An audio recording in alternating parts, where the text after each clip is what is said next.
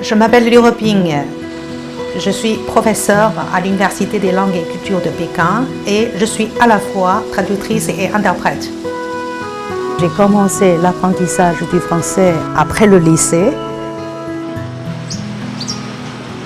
J'ai eu la chance de rentrer à l'université lors du premier concours national à propos de la première promotion après la révolution culturelle.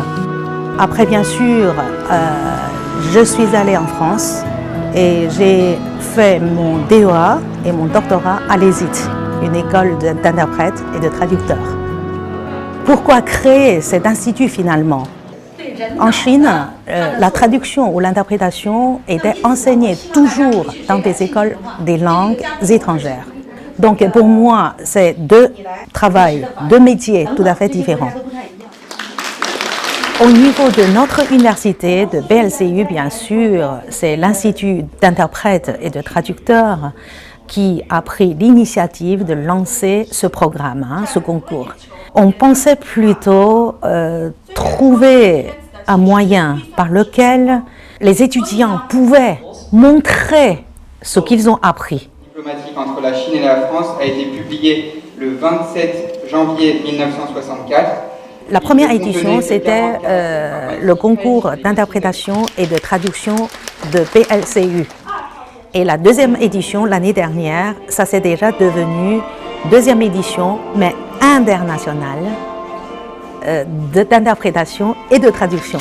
Cette année, c'est la troisième édition. C'est vraiment au sens propre du terme. Ça devient national et international. 3000 inscrits représentant plus de 170 universités et à peu près de 10 pays différents. Je garde toujours un pied, à part l'enseignement, la recherche, dans des entreprises françaises implantées en Chine où de temps en temps je travaille aussi pour des organisations internationales. J'ai déjà participé à 3 reprises aux conventions nationales, au congrès national organisé par la CUTI à Genève. Et début de cette année, j'y suis retournée. Et le but, c'est de contacter des responsables, des gens, des spécialistes, des savants, des professeurs. Et deuxième objectif, deuxième but, bien sûr, c'est qu'un jour, notre institut pourrait s'adhérer à la CUTI. Voilà, c'est un autre programme, c'est un peu long, c'est encore loin, un chemin à parcourir. OK, 好，你们现在可以跟我对话。